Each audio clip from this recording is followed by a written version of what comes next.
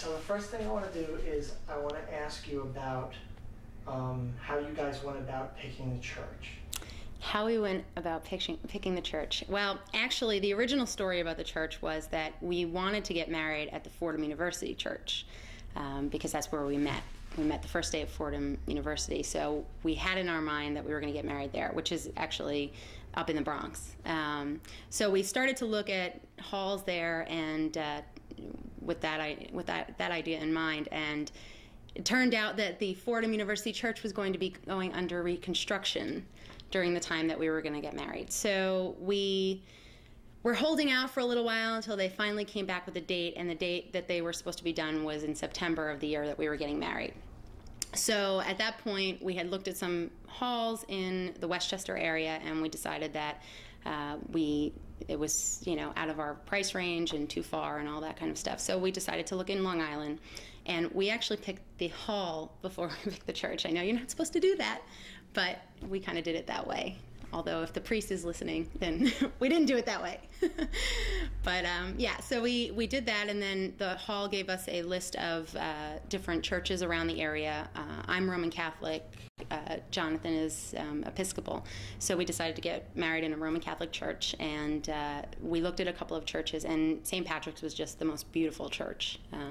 So we really loved it. We met with some of the priests there, and we hit it off with one of the priests, and so that's how we chose the church. It was a gorgeous church. Excellent. I'm going to check one setting. Problem? You just happen to be the first one. So. Okay. So, next question. Tell me, well, obviously you said you went over the religious backgrounds. Let's see, feelings of the day. I guess I'm trying to get an idea of, you woke up in the morning. Yes, I woke up in the morning. Just kind of walk me through like a brief idea of what your feelings were. Butterflies, or just ready to go? Or? The night before, on the rehearsal dinner, it was pouring rain.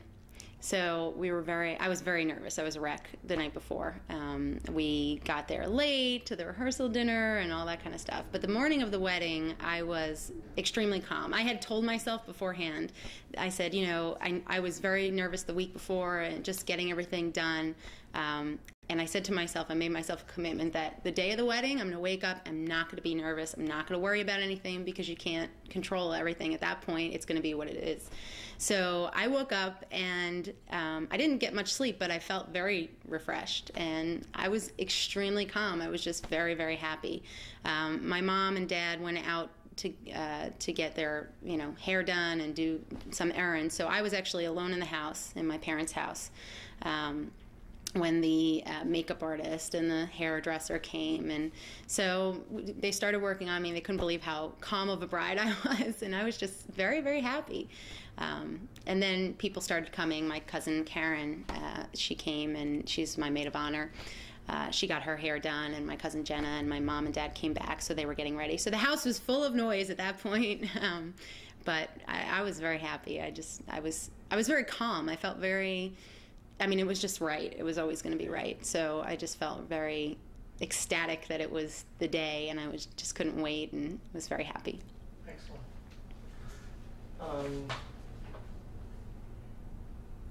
Tell me about picking out your dress. How involved it was. Picking out my dress. Oh, I started looking for dresses about 2 years. 2 years before we got married. We were engaged for a little over 2 years, about 2.5 years.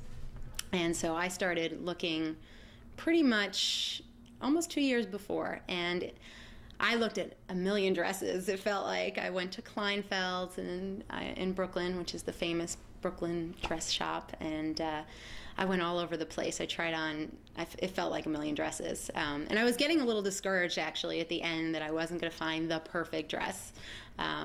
And I knew the kinds of things I wanted on my dress, and I knew what kind of style it was, but I just couldn't find the perfect dress. And then I went shopping with my mother and my maid of honor and one of my bridesmaids, and I tried on this one dress, and all three of them were just like, oh my God, that's the dress.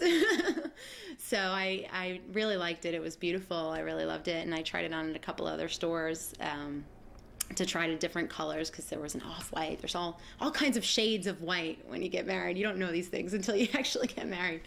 But it was, I had originally thought I wanted to get an ivory dress or an off-white dress, but I wound up falling in love with the perfectly crisp white dress, and it was a gorgeous dress. I loved it. I can't wait to wear it again at some point, just randomly, so I could just put on my dress again on an anniversary or something. So.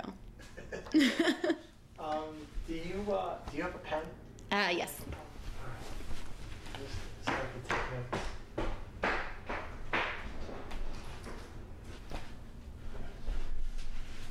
Perfect. All right. So you had something to add about this? Yeah. dress? Actually, I mean, the dress was so beautiful. I couldn't wait to wear it. And we had two sets of friends that got married right around the same time as us. One set got married a month before, one after. And so all three of the girls were talking about everything and talking about their dresses. And actually, one of the groomsmen had this great, or one of the groomsmen in our wedding, who was also getting married, had this great idea about having a big party where all the women could get dressed back up in their wedding dresses, because everybody was saying how much they loved their wedding dresses. And we're like, we should have this big party. So that's what I'm holding out. I put my wedding dresses in its box, but I'm taking it out as soon as we have that party, so I can wear it again. It's the best dress best investment, right? So. Okay, so let's fast forward to you've arrived at the church. Let's take it from the moment you walked out of the limo and walk me through what's going through your head right before and as you're walking down the aisle. Okay. Well, when we got out of the limo, we were a little late, the bridesmaids and myself. Actually, I was on time, but our bridesmaids were a little late. So we got to the church, and I remember being in the back of the procession in the line, and everybody was saying how beautiful I looked, and I was just so happy. And at that point, I really wasn't thinking. I was just excited. And after everybody went down the aisle and they closed the doors, which they do right before the bride comes down with her father, and my father and I stood in front of the doors, and at that point I just remember being like, wow, this is it. And at that point, I think was the only time I had the butterflies in my stomach, that I was like, wow, I'm getting married and I'm going to meet my husband, and it's just so perfect. Everything was so perfect. And my dad and I walking down the aisle, I had this biggest smile on my face. And I remember thinking beforehand, am I going to cry when I walk down the aisle? I'm going to be hysterical. But that day I just couldn't stop smiling. It was the biggest smile I think I've ever had in my face. And, it was emotional, but I was just so happy. Everything was just so perfect and right. So. Perfect. Now, and you guys had a full mass, if I remember right? No, we just had communion. Ceremony only? We had the ceremony, and did we have communion? Well, usually, from what I remember, if you have communion, it's a mass. I mean, I don't think we had communion. Rare. No, okay. We didn't have communion. You didn't have communion then? We didn't have a mass, because I remember thinking, I don't want to have the long. Let's go with, all right.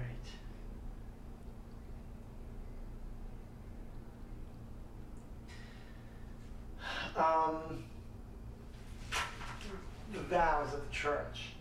I mean, obviously, this is what it's all coming to. I do.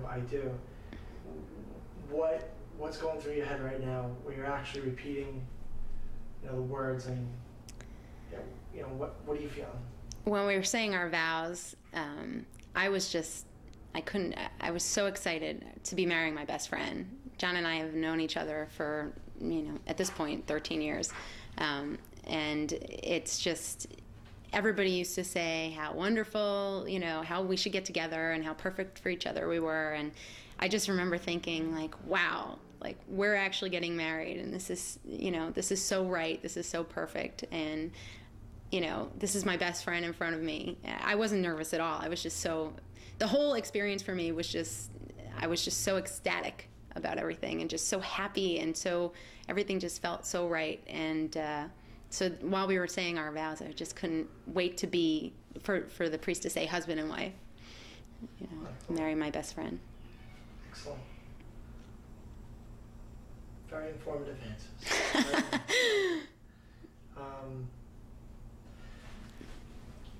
The ceremony's over. You turn, face. Let's back up a little bit here. The kiss. Obviously, I'm sure the feeling was just the same, but was there anything different from the emotion of even the vows when you first kissed? Our ceremony was, I think, reflected our personality a lot, in that it was serious and solemn, but it was also fun. The vows themselves are serious, and obviously, this is the most serious day of your life. But our experience in church and our relationship with the priest and just everything about the experience reflected our personality, in that we like to joke around, and we're very comfortable with each other, and it was just fun and funny. And so I remember one point when we were doing the rings, actually. I did this little thing where when I put the ring on his finger, I kind of made a point of nudging it there and patting it. And I think the whole church erupted in laughter, including the priest. So it was just that kind of feeling, like, just, this is my best friend, and we're kissing, and we're,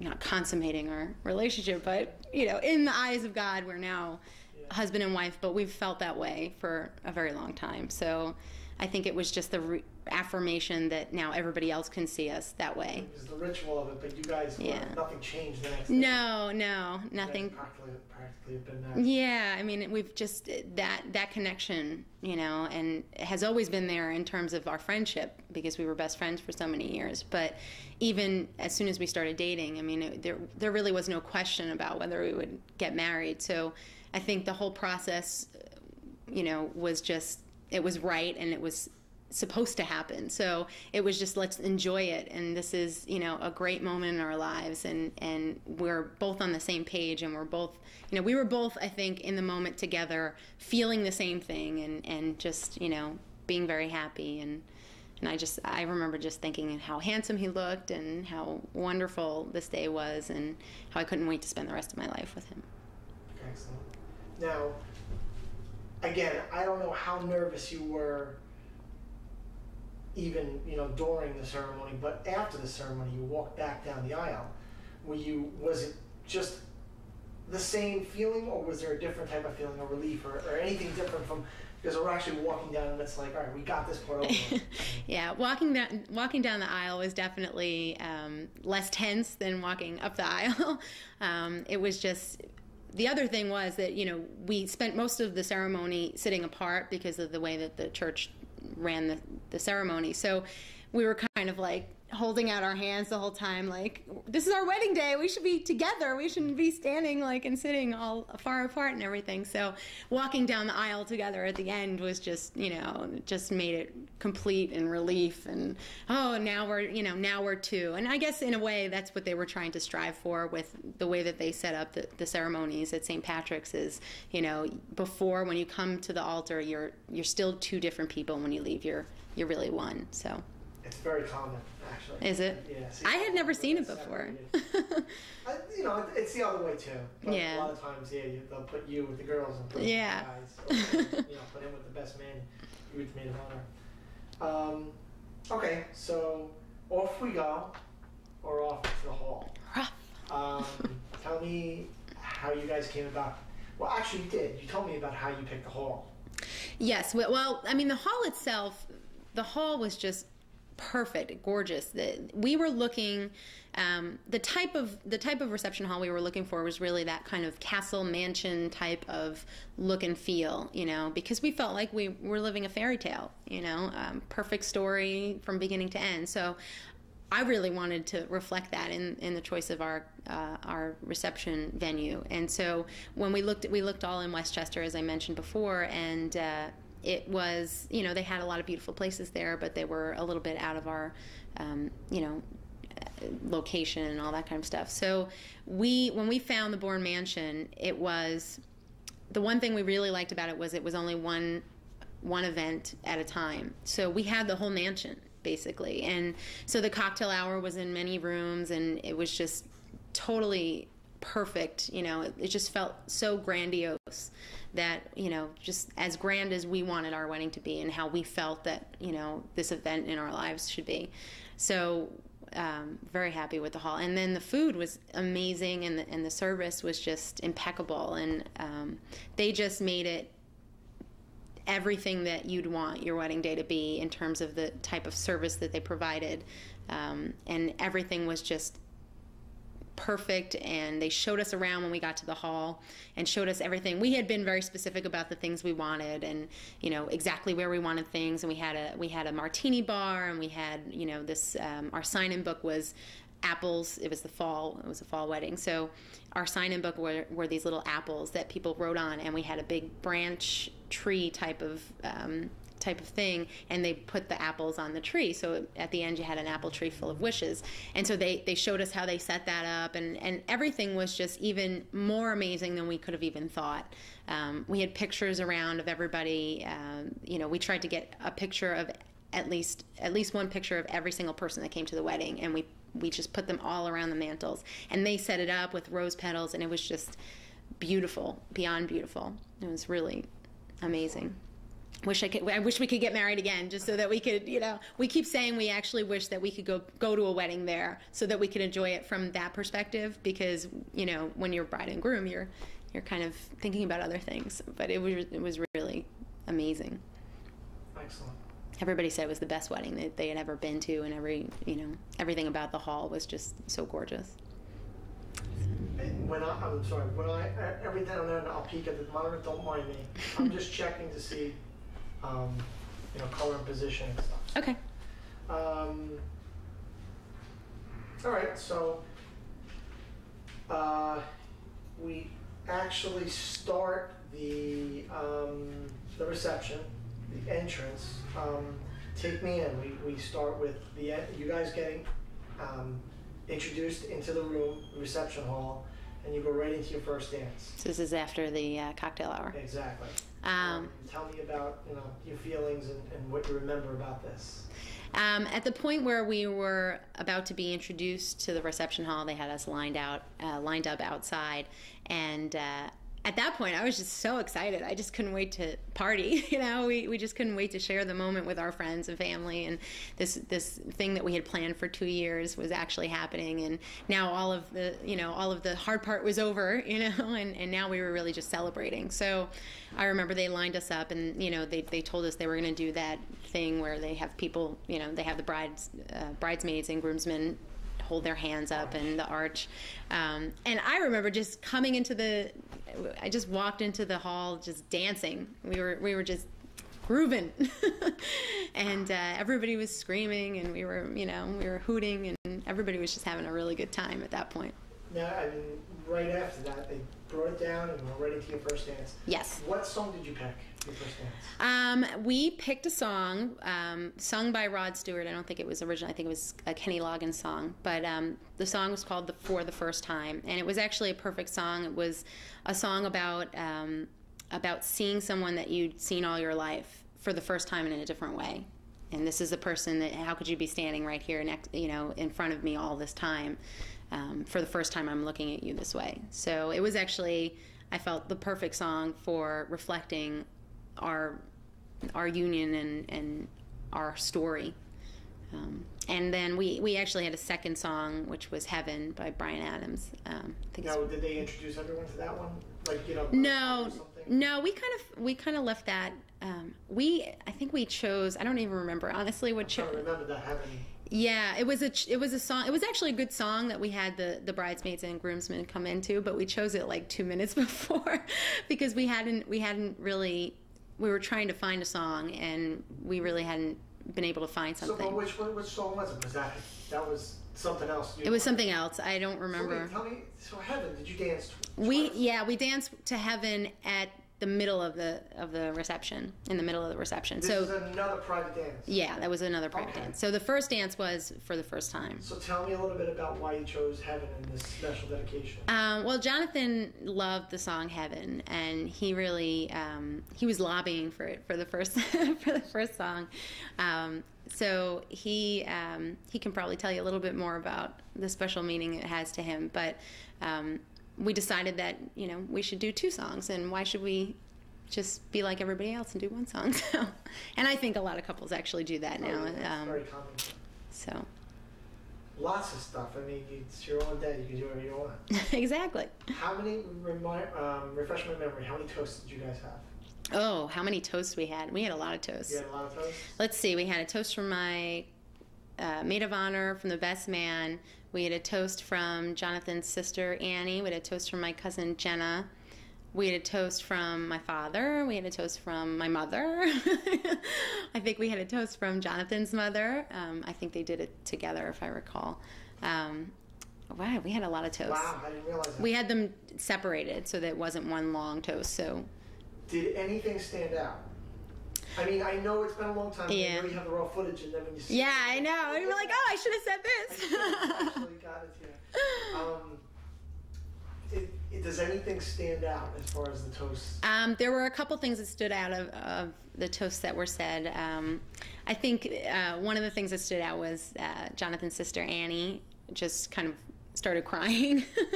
And it was just so sentimental for me because she was I think I met Annie about 6 or 8 months after Jonathan and I first met, as we were in college and we were friends. And I remember she immediately said that oh, you and my brother should get together. So I think our entire lives as friends, she was one of those people that every time she saw me, she's like, when are you going to get together with my brother? So I think it was really special when she, it really was sentimental when she started kind of breaking down to me that it was very sweet. Another thing was our friend OT. She was one of our bridesmaids. She was also one of our friends in college, a close friend. And all along, we really wanted her to make a toast because she was instrumental in getting us to actually start dating after all these years that we were just friends. When we first started to kind of think, I guess, in that way of each other, we were hanging out a lot with her and a couple of our other college friends that were also in our bridal party. And after we had this one New Year's Eve weekend where we were hanging out and we were having fun, she was having a separate conversation with Jonathan to find out how he felt, and she had a separate conversation with me to find out how I felt. And both of us kind of had the same idea, which was, we love this person, but we don't want to mess up a friendship, and what if it doesn't work out? And so she did this, we would email to her and kind of talk through email a lot, and she would take the emails that I sent her and edit out the bad parts of the email and send them on to Jonathan. And then he would reply. So like anything he said where like, oh, I love her. She's so, she's my best friend, but I don't think I'm going to do anything. She'd take that part out and then she'd send it to me. So then she almost like boosted each of our confidences to get us together. So we actually asked her to do a speech, and this girl is the most verbose person you will ever meet, and she was shy and she didn't want to do it, and we were kind of shocked. And at the last moment during the actual during actual reception, I went over to her. I said, "We're going to do a separate round of toast now. If you want to, great. If you don't." So she got up and she made a toast, and it was very funny because she. She's been our friend for our entire lives, knowing each other. So she made some antidotes. She made some funny stories about, when we were in college, and I asked Jonathan to a dance, and he said no. And, we're just, we're all going to go as friends. We're not going to go together. And so she said, you messed up a little bit there. So lucky for you that you actually, you're here today. So that was a good toast too, and there were actually a lot of meaningful things in the toasts. My brother made a toast, and my cousin Jenna, who's like my little sister, we grew up together, and she made a toast. So there were it it was really heartwarming for us to have so many people speak, and say such wonderful things. Excellent. And also a lot of stuff like you may talk about something for 3 minutes, and I might only use 20 seconds of it. So don't mind. I mean, even if you're thinking out loud or you're not sure, don't worry about it. Yeah. Like if I say antidote and I messed it up, I heard take that out. You said it another way. So you'll cut that out, right? So obviously. So don't worry about any of that stuff. Okay. So do you remember? Actually, you know what? I'm going to save this for together. Okay. So we'll wait for that one. Parent dances. How many parent dances did you guys have? We had the regular parent dance, me with my father, Jonathan with his mother, but we also had a dance. I also danced with my brother. And that was actually very emotional. That we both were kind of hysterical crying during the dance, because my brother and I are very close, and he's 3 years older than me, and it was just the two of us growing up, and my family's very close, and so we went on a lot of vacations together, and we were always a very close-knit family. And I remember on my Sweet 16, my brother and I danced, and I remember him saying to me when we danced that soon it's going to be us dancing at your wedding. And at the time, I'm 16 years old. I'm thinking, don't say that. That's I can't even think that far ahead, And so I remember at that moment, at my 16th birthday, I said to myself, I have to have a dance with my brother at my wedding. So I danced, I danced with my brother at my wedding, and we were just, we were hysterical. It was very emotional. Nice. And my father, tell me a little bit about that here. My dance with my father was very emotional. My dad is very, he's a big goofball. He's a big kid at heart, I love him to death.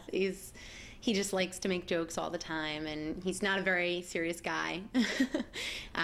And so to dance with him, he was, the things he said to me, and I remember him saying how proud he was of me and the person that I've become, and how proud he was of, everything in my life, the man that I've chosen to marry, and how wonderful he was, and, my career, and just the person that I am. And I just remember being very emotional about that. 'Cause, it's my dad. I'm my dad's little girl, and, and for him to be serious is also very, unusual, because he likes to be the big prankster and jokester. So that was very special. Excellent. I'm trying to get you to cry, but you're holding off. Again, this is like... You're holding it off. It's all right. I'll get somebody. I'm too happy. I don't know. I'll get somebody to cry in these things. I'm sure my parents and John's parents will cry. I'm too. Oh, my mother will be crying as soon as she sits down. Emotional. Okay, good.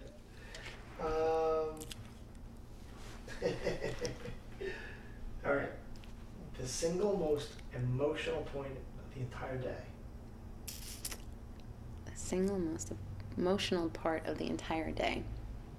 And you might have talked about it already. Yeah, I think it's kind of hard to pinpoint one moment. And when you say emotional, it's like your typical reaction to emotional is crying, but there were so many emotions, and I have to say the biggest emotion I had was just being so incredibly happy, and just, during the ceremony, being just so happy this moment was finally come. And there were so many differing emotions, the nostalgia. I think dancing with my brother was so emotional because of the nostalgia of being a child, and being a child in a family with my brother, and the whole idea of going from your childhood to your adulthood and making that transition. I think that was, to me, I was so happy to be marrying Jonathan, and yet I was very aware of what I was leaving behind as part of my life, being, you're graduating from being young to being an adult. This is, there's no going back. You're an adult, I know that they say you're, people nowadays are kids until their late 20s, and now it's it, and just kind of not sad, but a little bit emotional about leaving that behind and becoming, that adult in your parents' eyes and in your whole family's eyes, and moving on to another stage of life, really. So I think that was why it was extremely emotional for me, and when I danced with my brother, in terms of, thinking of that stuff and kind of making that transition. Gotcha. Almost got me to cry there. No, it was the dance with Dad was almost there. All right, last question. By yourself. Tell me why and how you went about picking your maid of honor. Picking my maid of honor. Well, I had a lot of great, wonderful friends, and it was a little bit of a hard choice because I have my friend Tammy, who I've been friends with since I was really, really young, when we were like 5 or 6, and I have a lot of really close friends from college. So I decided, my cousin Karen, who's 4 years older than me, we grew up around the corner from each other, and she's always really been... I've got two girl cousins, 2 female cousins. One's older, one's younger. Both of them were in my wedding. And Karen really has always been like a big sister to me. She really has been, she always treated me, even though we had a 4-year age difference, which is big when you're younger, she always treated me like her equal. And I've always looked up to her, and she's always kind of given me advice about things. So I think I decided to have her as my maid of honor because I was actually her maid of honor, at her wedding a couple of years before that, and because she was, the closest thing that I have to a big sister. So it was, I had her as my maid of honor, and I had my cousin Jenna in my wedding party, who was like my younger sister, and then my close friends. So excellent. And my sister-in-law too. That's it for now. That's it. Yep. Send in the next one. About is Jonathan growing up. Now, I guess let's start off with the beginning. Tell me how Jonathan was as a newborn. Oh, I'm sorry. Before we start, I want you to state your name and your relationship. This is just for slating, just so. To just Jonathan? For the editing. So you'll say, "My name is Patty. I'm the mother of the groom." So, all right. Go ahead. All right. Who are you? Oh, I was just about to say good afternoon. My name is Patty, and I am the mother of the groom, Jonathan. Perfect. Okay. So tell me a little bit about Jonathan when he was first born, as a newborn.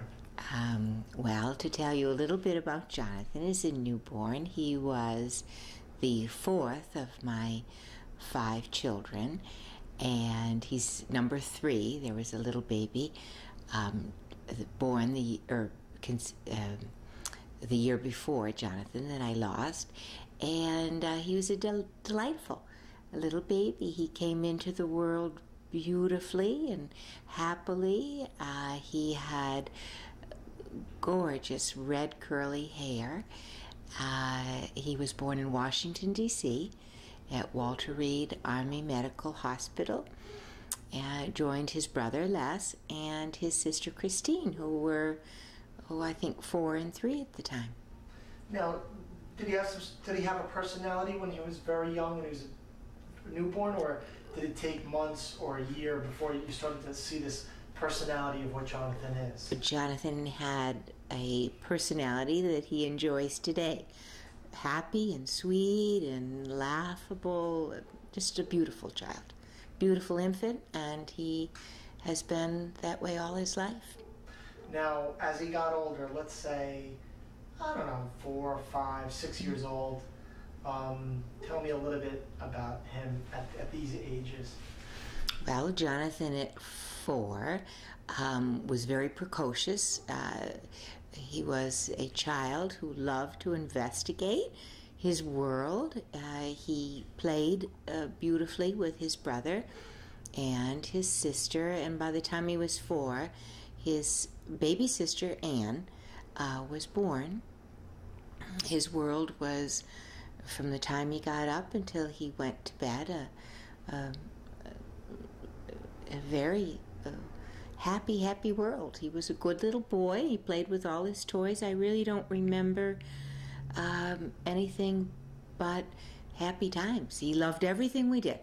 all day long, and no matter where we went, park or the beach or the lake, he just enjoyed everything he did and followed the older ones, and he was just a wonderful little fella. He didn't go to, well, I think at age 4 he went to preschool with his sister Anne, and he played beautifully with all the other children, and his teacher, oh, that's right, his teacher, Jonathan was always a teacher's pet.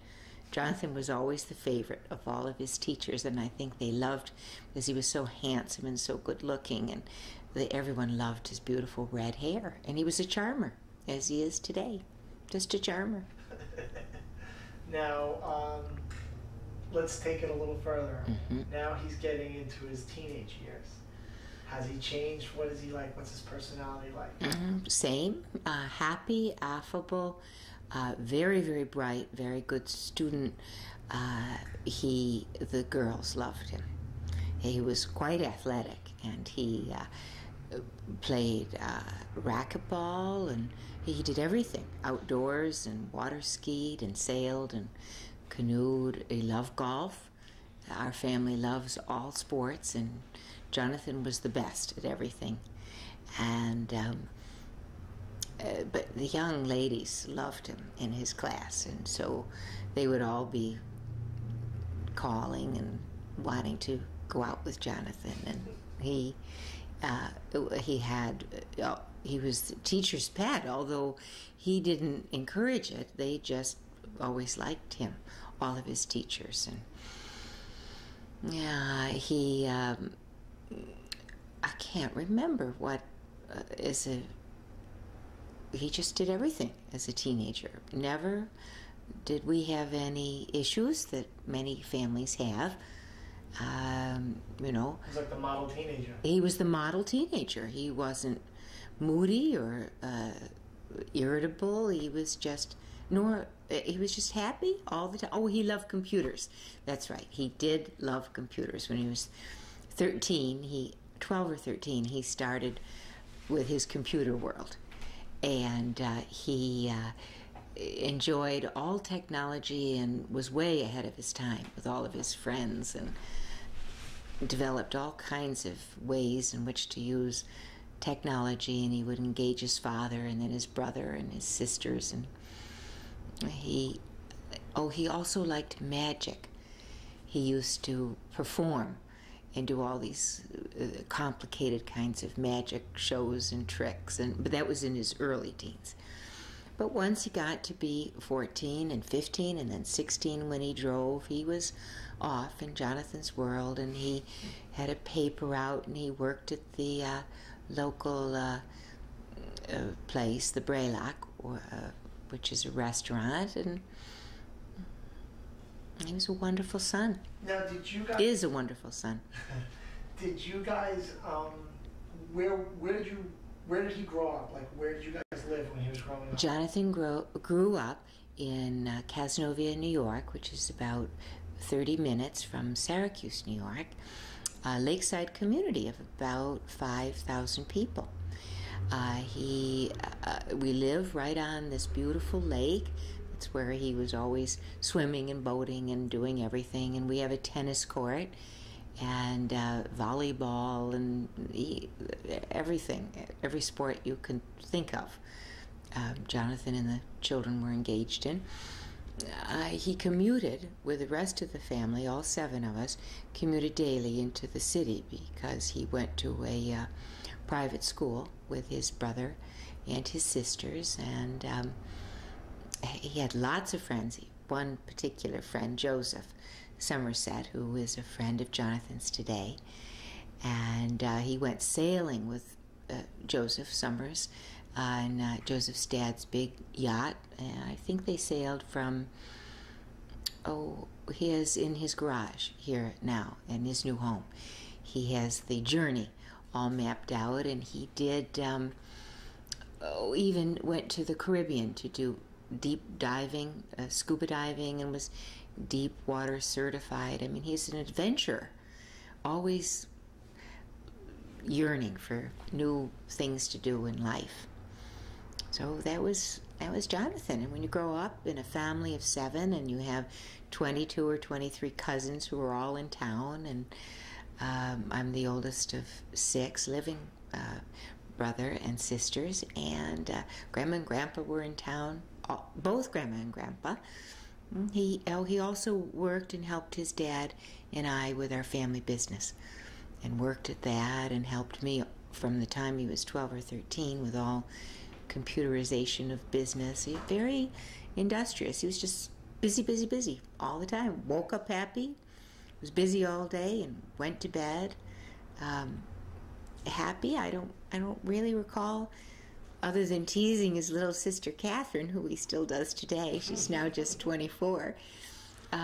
Any issues, but joy and treasured memories with Jonathan. Now, to fast forward, I'm just going to set this, reframe this for a second here.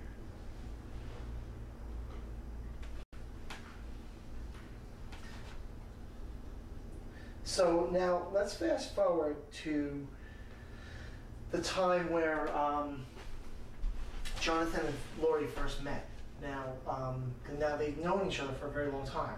Well, they met in college, okay. Fordham University. Okay, so let's fast forward here, and I guess tell me a little bit about your, when you first met Lori. How you felt. You always probably had girls clinging on to him, and now he found this girl. And I don't know. I guess they were friends first, and then they became boyfriend girlfriend, or were they boyfriend girlfriend? Well, I knew Lori as a friend of Jonathan with a group of friends, both young men and young women, all through Fordham.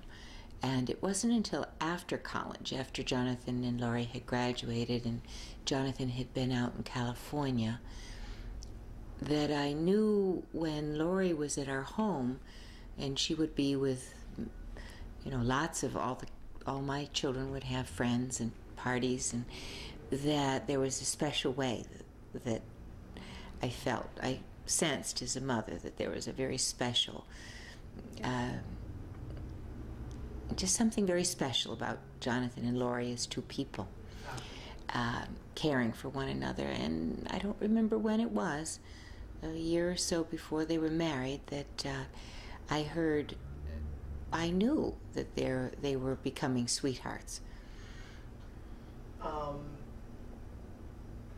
Did Jonathan talk to you about her in a way that you kind of said, she must be very special to him?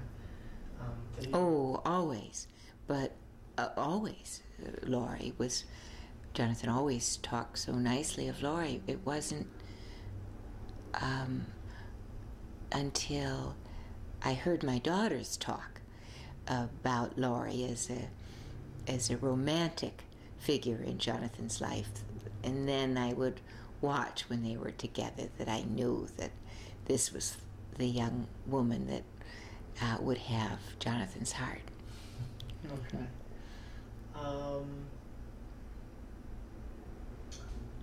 Let's see.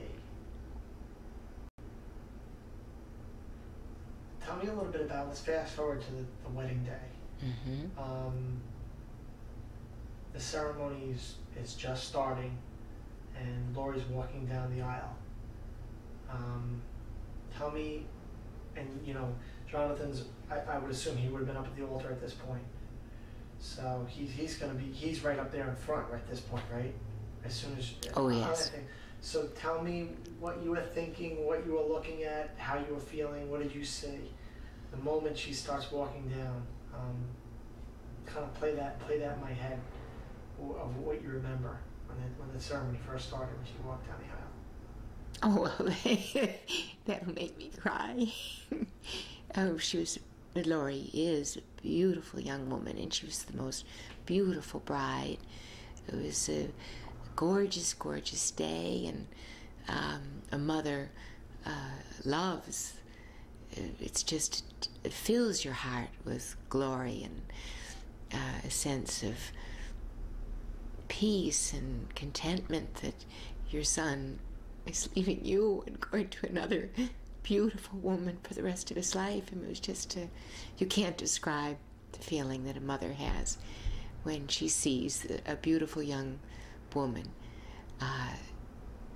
marry her son. It's indescribable. It's so beautiful. Indescribable. Excellent. Let's see.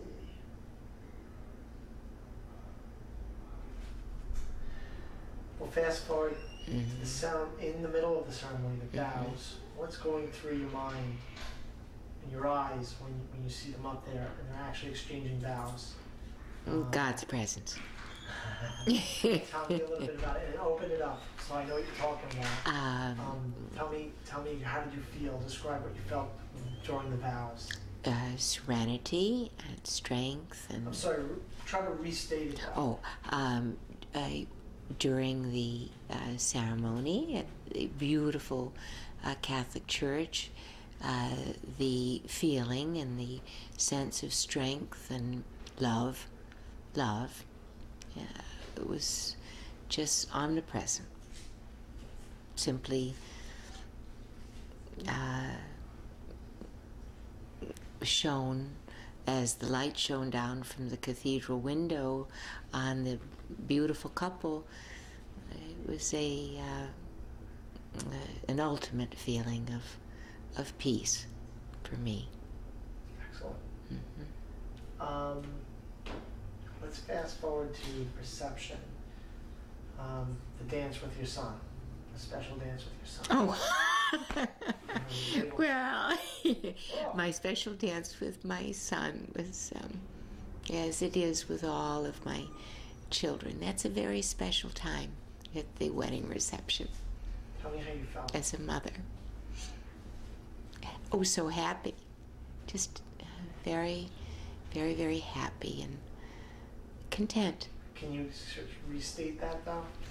As a mother, when you are at the receptions of your children and you have the dance with particularly your sons, as a mom, you feel contentment and just glory when you're dancing with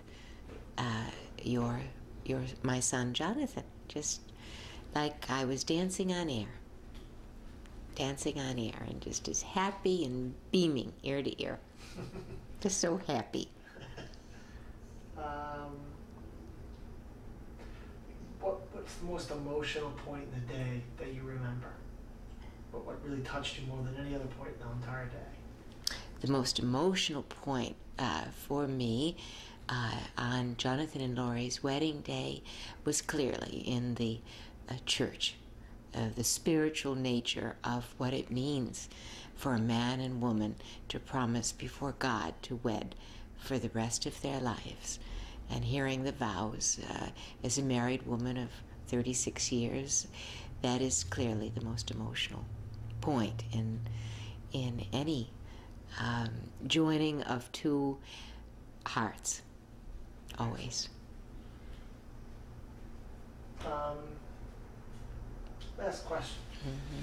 Do you see any similarities or opposites between Laurie and Jonathan? Maybe things that have rubbed off on each other, or things that they're so opposite that it's kind of comical that they kind of support or help each other by being so opposite or being so similar? I would say that Jonathan and Laurie are quite similar.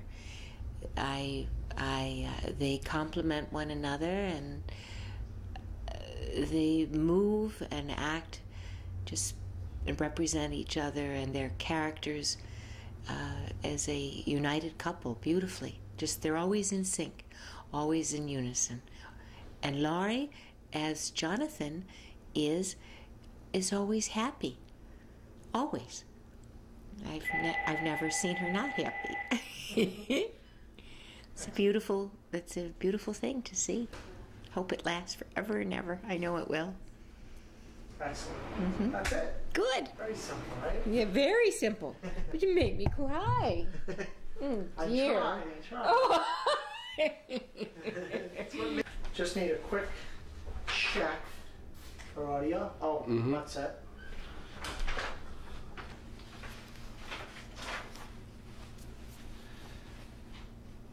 All right, so the first thing I want you to do is, just for editing, I just want you to slate your name and your relationship. You're Les and you're Jonathan's dad. All right, I'm Les Woodcock, Jonathan's dad. Perfect. First question. What was Jonathan like as a baby, as a newborn? Jonathan is a newborn. Jonathan was a great kid. He was a perfect baby. He was a delight to be around. I don't know too much more to tell you about it than that. He was uncomplicated. He was a lot of fun. He was happy, upbeat. Only cried when he needed something. What kind of did a personality kind of pop through immediately, or was it a few months or a year before this embedded personality popped out, or was it immediate? Jonathan's personality bubbled up very quickly. I could see it in his eyes. He was a very alert, oriented, active baby.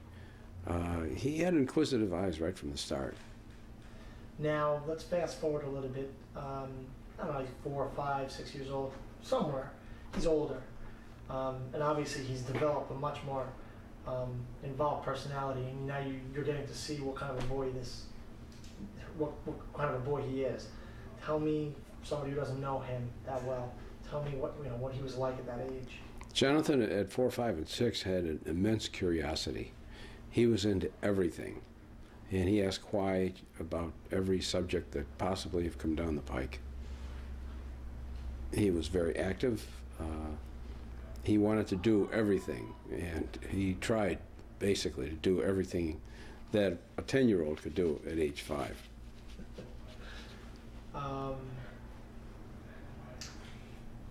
Take me through his years, even older. You pick it. Maybe it's 10, maybe it's 15, but getting older, I want to grow with him and learn a little bit more about him. I understand at an early age he got into computers and stuff like that. So, kind of walk me through how did he evolve? What was he like? Well, as Jonathan got older, he expanded his horizons, so to speak. And I can remember one time he was 6 or 7 years of age, and we never put the kids to bed at night at any given time. When they got tired, we put them to bed.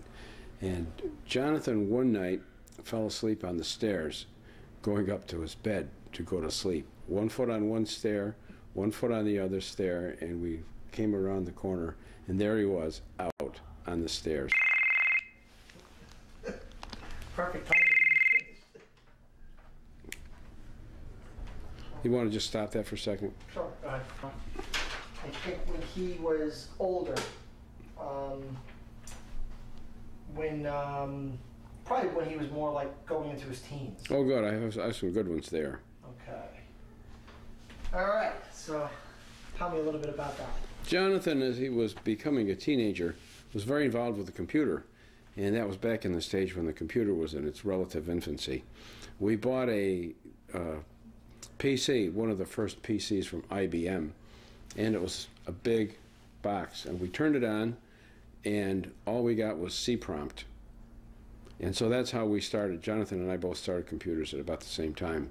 Awesome. And he developed very nicely in his bedroom, and his bedroom was underneath the kitchen. And Jonathan had a relatively unique system down there to protect his privacy. He went to Radio Shack and bought a red light that goes on the top of police cars, hooked it up to a motion detector on the stairs so he could tell when his mother or anyone else was coming down the stairs. He knew immediately what was going on. Another thing that he wired in as a young child, we have 5 children, as you know, and the girls were always talking to their boyfriends on the telephone. And Jonathan figured out a little system whereby he could tap the telephones and play them over his radio on a certain frequency. So anytime anyone called the house on the telephone, it played on Jonathan's radio to include all the conversations with the girlfriends, with the boyfriends.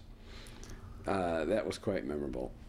We played a lot of golf, Les, Jonathan, and I got all the children into golf, and we've always enjoyed that very much.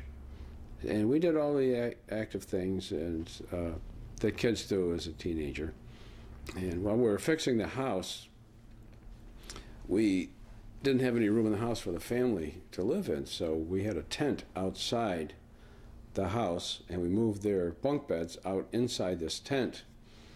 And the boys would sleep out in the tent as teenagers, and for an entire summer, awakened with the sounds of bulldozers at 6 o'clock in the morning. And when the workmen went home at night, upon occasions they happened to leave the keys in the bulldozers and the backhoes and the steam shovels. And Jonathan and Les and I learned how to operate some vehicles in the yard, unbeknown to the construction crew. I'm not giving up my day job to do that, but we learned a great deal about heavy equipment and its movements around the yard. As we finished the house, the boys lived upstairs, and our house was in a horse barn, totally uninsulated on the second floor. Barn beams, beaver board, old house. And the boys would sneak their snacks upstairs, and when they were through with the snacks, they didn't go to the garbage cans. They would punch a hole in the beaver board walls and put chicken bones, leftover pizzas, all stuffed down inside the walls and up over the beds in the upstairs rooms. So when we redid the house, we had a lot of very interesting surprises when the ceilings and the walls were torn down. They would sleep upstairs in very heavy quilts in the fall, and being uninsulated and being in extremely cold weather. November and December got very dicey, and I can remember the boys coming downstairs with snow on their face to go to breakfast. And it was a contest between the two boys to see who would stay up the latest in the winter and to go up to be the first one to go upstairs in the spring due to the cold.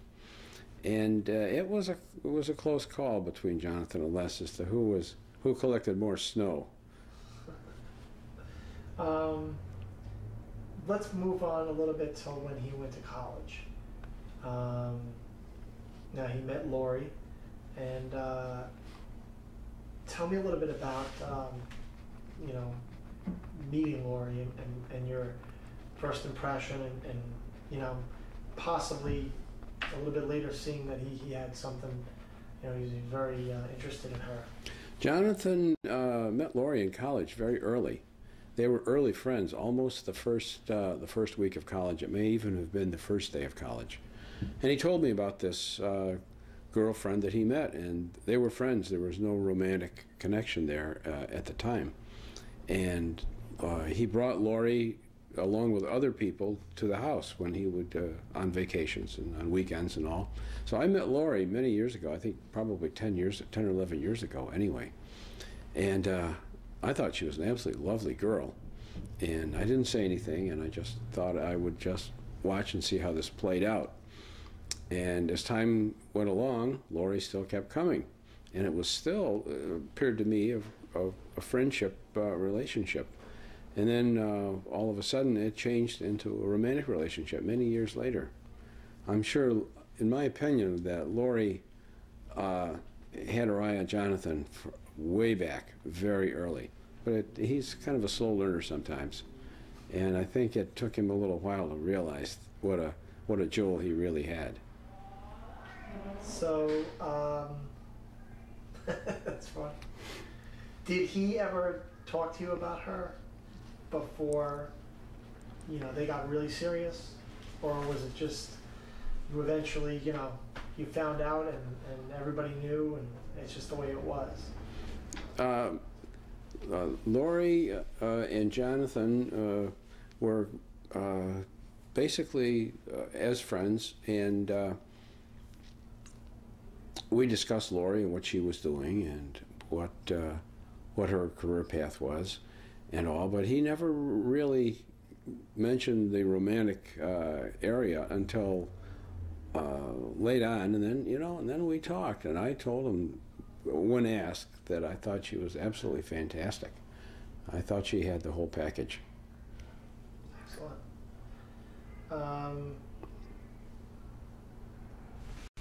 All right, let's go fast forward to the day of the wedding. Ceremony. The church is packed, and the processional just starts, and the doors open, and Lori's there. She's about to walk down the aisle. Jonathan's up at the altar.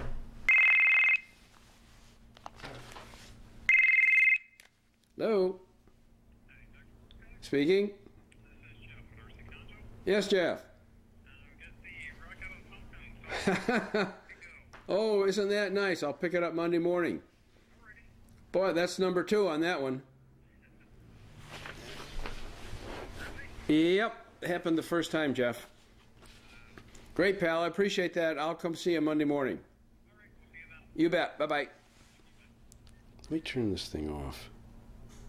You know how it is. Off. I should have turned it off before. Checked on the answering machine. Where were we? Okay. The church. Oh, the church. The church. The doors close, and Lori's there. She's about to walk down the aisle, and Jonathan's in position in front. Where are you looking? What are you feeling? This is getting, big now. Tell me what's going through your head. The day of the wedding, I couldn't have been prouder of either of the children.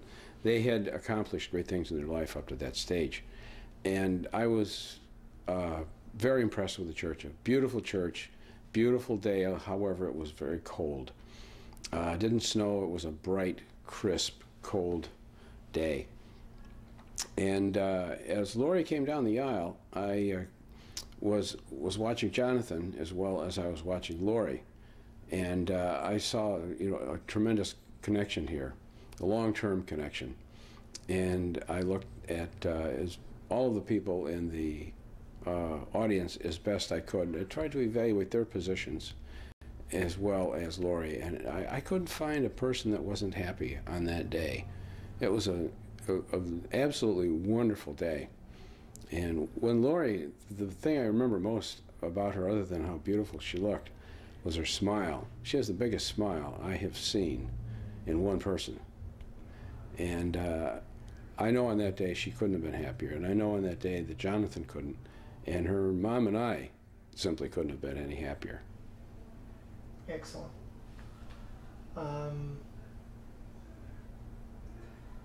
Vows. Anything else going through your mind, or anything different, or any emotions during the vows, or actually exchanging the vows and putting on the rings? What were you feeling at that point?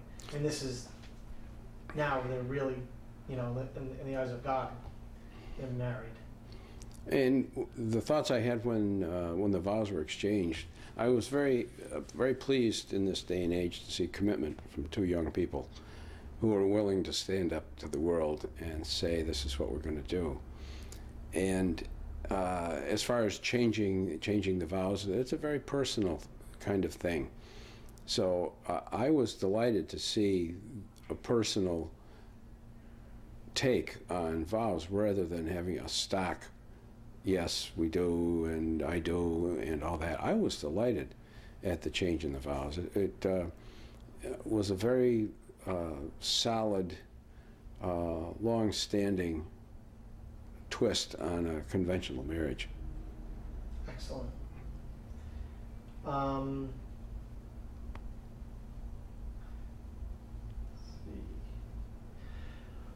Do you remember anything memorable that sticks out during the reception? At any point, beginning, middle, end. Could have been funny, could have been sad, could have been happy. But is there anything that sticks out that you remember during the reception? I think that the reception, I have been to many weddings in my time, And I think that reception was as smooth and as beautiful a reception as anyone could possibly have been. All people were happy. It was orchestrated beautifully. And we have Lori to thank for that. She organized the reception. The detailing in that reception was absolutely wonderful. It went off perfectly. People were happy. The food, the atmosphere was absolutely upbeat. It simply couldn't have been any better. Excellent. Last question. Do you see any similarities or opposites in Lori and Jonathan? Things that they're so opposite that they're actually, it's great for each other, or just that they're so similar that they think just alike?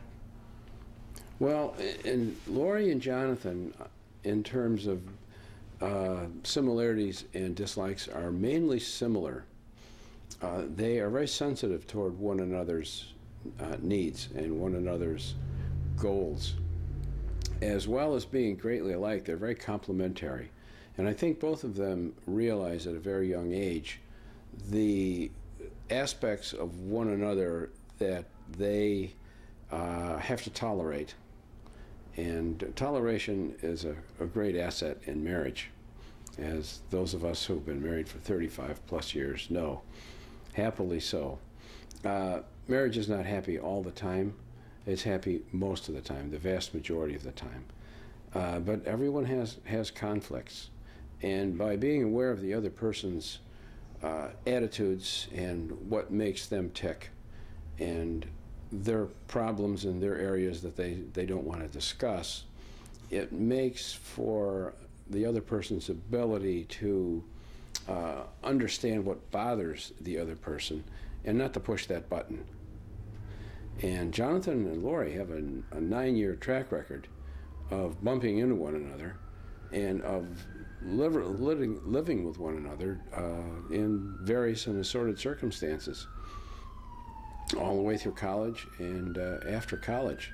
So they already have a lot of experience in what makes the other person tick and what makes the other person not tick. Gotcha. That's it. That's great. Oh, good. Oh, sure. There we go. Now I get my shorts on. Oh, I'm going to get more comfy. All right. So, the first thing I want to talk to you about is picking the church. Tell me a little bit about how you guys went about picking the church. Well, picking the church, first obviously we found the reception hall. And the reception hall, Ben, we've been working with at the reception hall, had a list of churches in the area. So in true style of the rest of the wedding, we looked at every single one of them. We're in the car for, I don't know, probably 3 weekends straight looking at churches. But basically once we found this church, we just fell in love with the church. I mean, it's gorgeous inside and out. It was big, great Roman Catholic church, big, beautiful. Priest was great. Excellent. Yep. I'm actually going to move that microphone. Okay. Just because. And I'm going to glance at this from time to time. Mm-hmm. Don't mind me. I'm just checking levels and stuff. Sure. All right.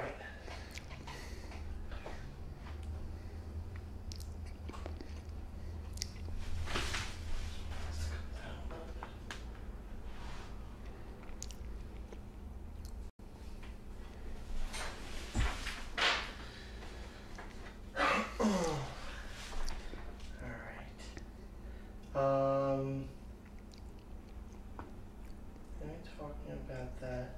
You know what? I'm going to frame it differently.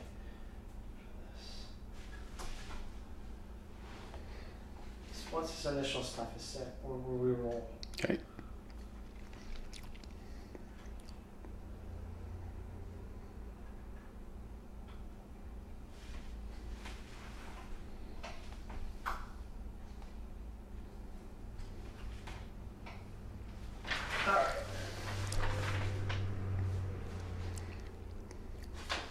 All right, so where are we up to?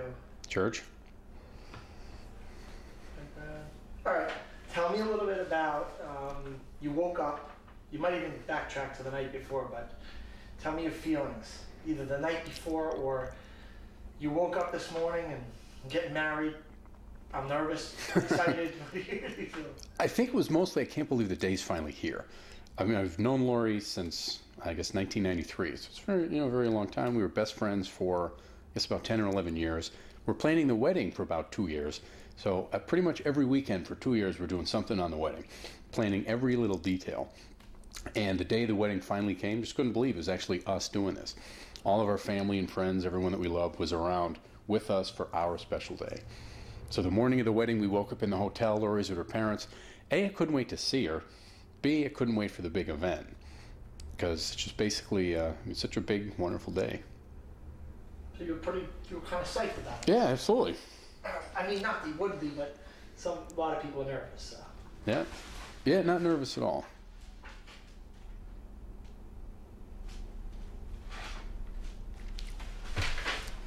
All right, so let's go into the church.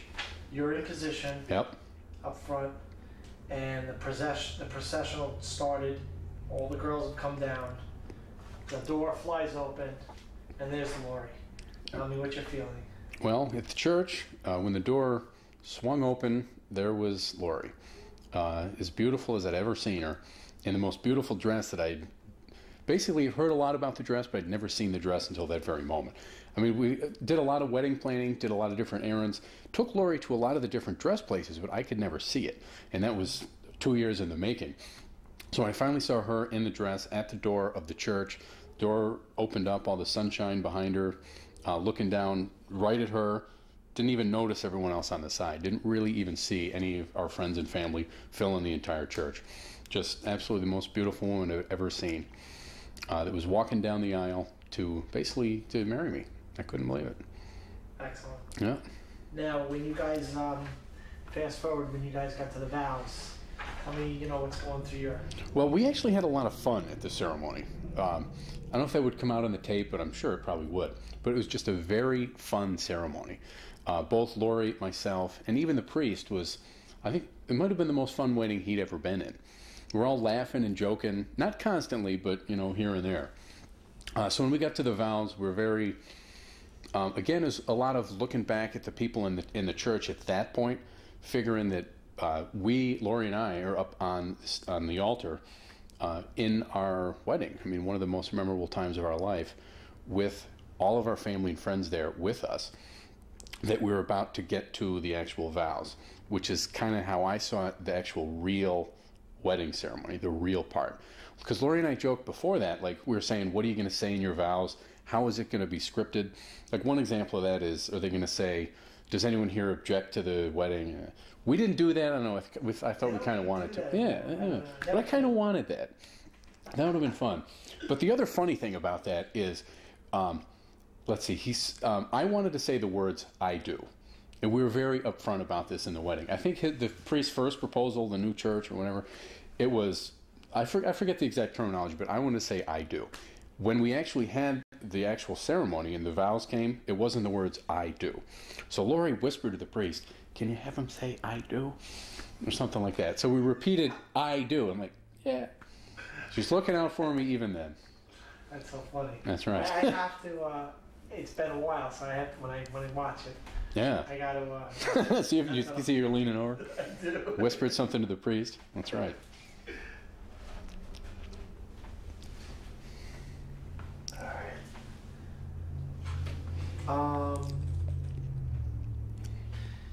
So now the ceremony has ended. You guys lock arms and you walk down. Yep. It's over. What's going through your mind? Are you relieved or are you just... I think throughout the whole wedding, I was very excited. And a lot of it was we've been to a lot of weddings in our lives. I just couldn't believe it was actually our wedding. I mean, basically, you see the wedding, you see the event, it's us doing this. And in the back, these are all our family and friends, our closest friends and family in the whole world, there for us. So I think I thought a lot of that when I was walking from the altar down the aisle of the church, just kind of catching everyone's eye that I could, saying, wow, I can't believe this is our wedding, all these people are here, what a great time. Excellent. Yeah. Yeah, that's very true. Yeah. To imagine, like, everyone just plan their day around us today. Absolutely. And then also seeing what's next. The reception. I mean, basically going after the church, we went back to the reception hall. We had about 2 hours of pictures. I was really looking forward to that too. Getting into the hall, seeing how everything was set up, seeing where all the pictures were of family and friends in the hall, seeing all the catering tables, seeing our wine table that we did, seeing where that was, taking the pictures, and then the reception. Yeah. Looking forward very much at the point after the church to the rest of our day. Now, when you guys got to the reception, well, you touched on it a little bit, but obviously you found you found the reception hall before you found the church. Tell me a little bit about why you picked that place. Well, let's see, I'm not sure how many months we spent planning the wedding, but we looked at approximately 20 or 30 wedding halls. Every weekend, we're driving somewhere here, driving there. Spent a lot of time up in Westchester, because originally Lori was thinking of the castle at Westchester, castle at Tarrytown. Very nice place, but it was too far, and it was a little out of our price range. So we decided that Tarrytown wasn't going to work once we learned that the Fordham Church was really going to be unavailable. So then we looked towards Long Island, looked at a lot of places there. But both Lori and I walked into this place just blown away from the second we set eyes on it. Now, you're originally from Syracuse. Yep. And she's originally from here, Jersey? Brooklyn. Yep. There's a huge gap there to combine all friends and family. Yeah, absolutely. Okay. Yeah. Let's go into the... Actually, well, you did touch upon that. The hall, you were excited to see how things were set up. Yep. With the cocktail hour and stuff. Now, you were probably taking pictures during the cocktail, or did you... We were taking pictures 2 hours before the cocktail hour, and then probably 20 minutes into the cocktail hour. And then you got to enjoy some of it. Yeah, absolutely. Excellent. Now you guys, they bring everyone into the room, the reception room, line you guys up, you're entered into the room, you're introduced into the room, and then you go right into your first dance. Yep. Kind of walk me through what's going through your mind and how you're feeling when you're entering the room and you go into your first dance there. Right. Well, as we were entering the room, I guess it's about 10 months ago. So, I don't know. You gotta say it without that. I don't remember. I guess for it. Okay. Well, as we were entering the room after the cocktail hour, all of our friends and family were in the room waiting for us. But the first people to go in, obviously, is the bridal party. So there was, I forget the exact song that they were playing. It was a very upbeat, a very nice song that they all went into. And then it was Lori and I. Went in basically to have our first dance. And again, it was my first dance with my wife for the first time. Didn't really even notice anyone else in the room. Not until the end of the dance. I look back at the pictures of our event and say, wow, there was other people in the room at the time. It was really just the two of us. No one else even was in the room. No one else even mattered at that point. It's just all about the two of us and our first very special dance. And you picked the Rod Stewart song. Yep. Okay. Now, I understand... Oh, no, I'll go into that in a second. There's another song later on. Right. That Heaven. You really wanted that song. Yep. Actually, while we're on it, we'll talk about it. Tell me a little bit about that. You actually wanted this as a first dance song, and you got vetoed. That's right. So, which is the way it's not the last time for that either. So, tell me about that. What that song must have some meaning to you. So, that song reminds me a lot of our college years. So that's pretty much when Lori and I first met. I was in college, so that song really brings me back to those days and just incredibly happy times at that point. Gotcha. If you can, try to restate that, even just at least the beginning. That song, meaning, tell me which song. Right. Well, the song Heaven by Bryan Adams, it really brings me back to our college days and some of the happiest times we've had in our life. I might even just take that first. Hi, guys. A couple of words. Yeah. So now to go back, after the first dance, I know you guys had a few toasts. Mm-hmm. Now, it'd probably be a little too much to talk about every single toast and what everyone said, and it's been a while. But do you recall certain things that certain people might have said, or things that might stick around that you still might remember about a certain toast here or there? The thing I remember most about all the toasts is the moment. Lori and I were sitting at our dais, the most beautiful table in a great room at our wedding reception, and all of our best friends, brother, sister, cousin, were all there, just toasting us. And I know they broke them up too. Right. We had so many people that want to toast. We kind of had to figure out how we can get everybody in and do that at the same time. Okay. Let me see.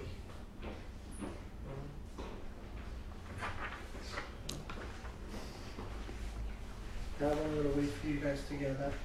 All right, I'm going to skip a couple of questions because I'm going to hit those with you guys together. Okay. What would you say would have been the most emotional point of the entire day? I think the most emotional part in the entire day was at the church, up on the altar, when we were actually in the middle of saying our vows. As I was saying my vows, as I was saying the words, I was hearing them in my head and looking over at Lori, into Lori's eyes, thinking through these vows, and that we're going to spend the rest of our lives together. And it actually really hit me at that point. Gotcha. Dance with your mom. Tell me a little bit about that. What was going through your head? I mean, this is a spotlight dance, and there's obviously a lot of emotion. Tell me, hey, what you're feeling. Well, the dance with my mom, there was a lot of emotion. We basically picked a song that I think is kind of very special to us, the Josh Groban song. She actually came down. We went to a great concert at Jones Beach. So we both really loved that song, and it had a very special meaning. So to share that moment with my mother was extra special. Excellent.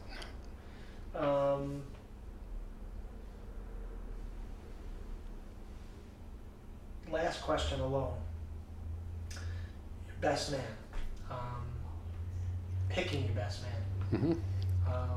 Tell me a little bit about that. Why and who was your best man? Best man was my brother. Okay. Your brother's name is Les. Yep. Okay. It's obvious why you picked him, but tell me why you picked him. Well, I picked Les, or Junior as we call him, because Junior's always been my best friend. I mean, since we were kids, until I think we were 16 or 17, we shared a room. So along with sharing a room, growing up together, just shared absolutely everything together, and couldn't have had anyone else but my brother Les be my best man. Very understandable. All right, that's it for now. Okay. Actually, what we can do is, being that we're sort of on a roll with, and you can knock this out, let me get both of you guys together. Okay. And I'm going to ask you guys a few more questions.